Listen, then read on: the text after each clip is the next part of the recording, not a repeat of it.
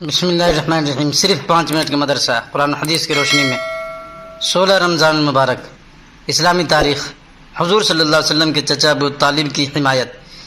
جب رسول اللہ صلی اللہ علیہ وسلم لوگوں کی ناراضگی کی پرواہ کیے بغیر برابر بت پرستی سے روکتے رہے اور لوگوں کو دین حق کی دعوت دیتے رہے تو قریش کے سرداروں نے آپ صلی اللہ علیہ وسلم کے چچا ابو طالب سے شکایت کی کہ تمہارا بھتیجا ہمارے معبودوں کو برا بھلا کہتا ہے، ہمارے باپ دادوں کو گمراہ کہتا ہے اور ہمیں بیوقوف ٹھہراتا ہے، ہم اسے برداشت نہیں کر سکتے، اس لیے یا تو آپ ان کی حمایت بند کر دیں یا پھر آپ بھی میدان میں آ جائیں تاکہ فیصلہ ہو جائے۔ ابو طالب یہ سن کر گھبرا گئے اور حضور صلی اللہ علیہ وسلم کو بلا کر کہا کہ مجھ پر اتنا بوجھ نہ ڈالو کہ میں اٹھا نہ سکوں۔ چچا کی زبان سے یہ بات سن کر آپ صلی اللہ علیہ وسلم کی آنکھوں میں آنسو بھر آئے اور آپ نے فرمایا، چچا جان، خدا کی قسم، اگر یہ لوگ میرے ایک ہاتھ میں سورج اور دوسرے ہاتھ میں چاند لا کر رکھ دیں تب بھی میں اپنے فرض سے باز نہیں آؤں گا، یا تو خدا کا دین زندہ ہوگا یا میں اس راستہ میں ہلاک ہو جاؤں گا۔ ابو طالب پر آپ صلی اللہ علیہ وسلم کی بات کا بہت زیادہ اثر ہوا اور انہوں نے کہا، جاؤ اور جس طرح چاہو تبلیغ کرو، میں تمہیں کسی کے حوالے نہیں کروں گا۔ چنانچہ اسلام قبول نہ کرنے کے باوجود ابو طالب نے حضور صلی اللہ علیہ وسلم کا ساتھ دیا، یہاں تک کہ 3 سال قید میں بھی ساتھ رہے۔ رہائی کے بعد بھی آپ کی حمایت میں کمی نہیں کی۔ حضور صلی اللہ علیہ وسلم کا معجزہ۔ بدر میں قتل ہونے والوں کی پیشن گوئیاں۔ رسول اللہ صلی اللہ علیہ وسلم کا یہ معجزہ ہے کہ بدر کے موقع پر جنگ شروع ہونے کے 1 دن پہلے رسول اللہ صلی اللہ علیہ وسلم نے ایک کافر کا نام لے کر جو بدر میں قتل ہونے والے تھے خبر دی کہ فلاں شخص فلاں جگہ قتل ہو کر گرے گا۔ چنانچہ جو جگہ جس کے لیے آپ نے بیان فرمائی تھی وہ وہیں گرا۔ ایک فرض کے بارے میں جماعت کی پابندی نہ کرنے پر وعید۔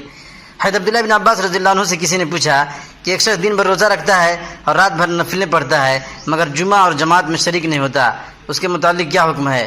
تو عبداللہ بن عباس نے فرمایا، یہ شخص جہنمی ہے۔ ایک سنت کے بارے میں قرض سے بچنے کی دعا۔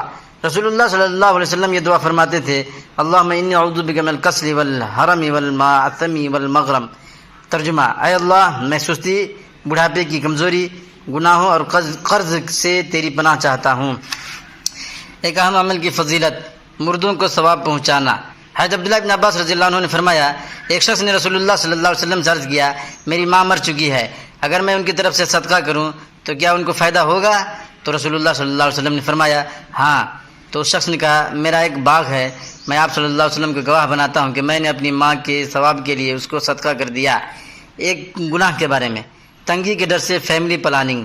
قرآن میں اللہ تعالیٰ فرماتا ہے، اپنی اولاد کو تنگی کے ڈر سے قتل مت کرو، ہم ان کو بھی رزق دیں گے اور تم کو بھی، بے شک ان کا قتل کرنا بڑا گناہ ہے۔ سورہ بنی اسرائیل آیت نمبر 31 میں ہے۔ خلاصہ، معاشی تنگی کے ڈر سے بچوں کو مار ڈالنا یا حمل گرانا یا اور کوئی تدبیر اختیار کرنا کہ حمل ہی نہ ٹھہرے، یہ سب گناہ اور حرام ہے۔ دنیا کے بارے میں، دنیا کی چیزیں چند روزہ ہیں۔ قرآن میں اللہ تعالیٰ فرماتا ہے، جو کچھ بھی تم کو دیا گیا ہے وہ صرف چند روزہ زندگی کے لیے ہے اور وہ اس کی رونق ہے، اور جو کچھ اللہ تعالیٰ کے پاس ہے وہ اس سے کہیں بہتر اور باقی رہنے والا ہے۔ کیا تم لوگ اتنی بات بھی نہیں سمجھتے؟ آخرت کے بارے میں، دوزخ کی گہرائی۔ رسول اللہ صلی اللہ علیہ وسلم نے فرمایا، ایک پتھر کو جہنم کے کنارے سے پھینکا گیا تو وہ 70 سال تک اس میں گرتا رہا مگر اس کی گہرائی تک نہیں پہنچ سکا۔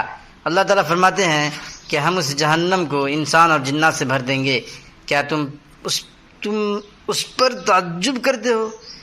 طب نبوی سے علاج، ہاتھ پاؤں سن ہو جانے کا علاج۔ حضرت عبداللہ بن عباس رضی اللہ عنہ کی موجودگی میں ایک شخص کا پاؤں سن ہو گیا تو انہوں نے فرمایا، اپنے محبوب ترین شخص کو یاد کرو۔ اس نے کہا، محمد صلی اللہ علیہ وسلم، پھر وہ ٹھیک ہو گیا۔ نبی پاک صلی اللہ علیہ وسلم کی نصیحت۔ رسول اللہ صلی اللہ علیہ وسلم نے فرمایا، جب تم میں سے کوئی شخص اپنی بیوی کے پاس تنہائی میں جائے تو جہاں تک ہو سکے ستر کا خیال رکھے، شرمگاہ کو جتنے بھی ناف سے لے کے ٹخنے یہ گھٹنوں تک چھپائے رکھے ہیں۔ فائدہ ہے، تنہائی میں بیوی کے پاس جانے میں بھی ستر کا خیال رکھنے کا حکم دیا گیا ہے، تو دوسرے موقعوں پر ستر چھپانے کا اور زیادہ اہتمام ہونا چاہیے۔ یہ حدیث بحقی شعب الایمان میں ہے، حدیث نمبر ہے 7543۔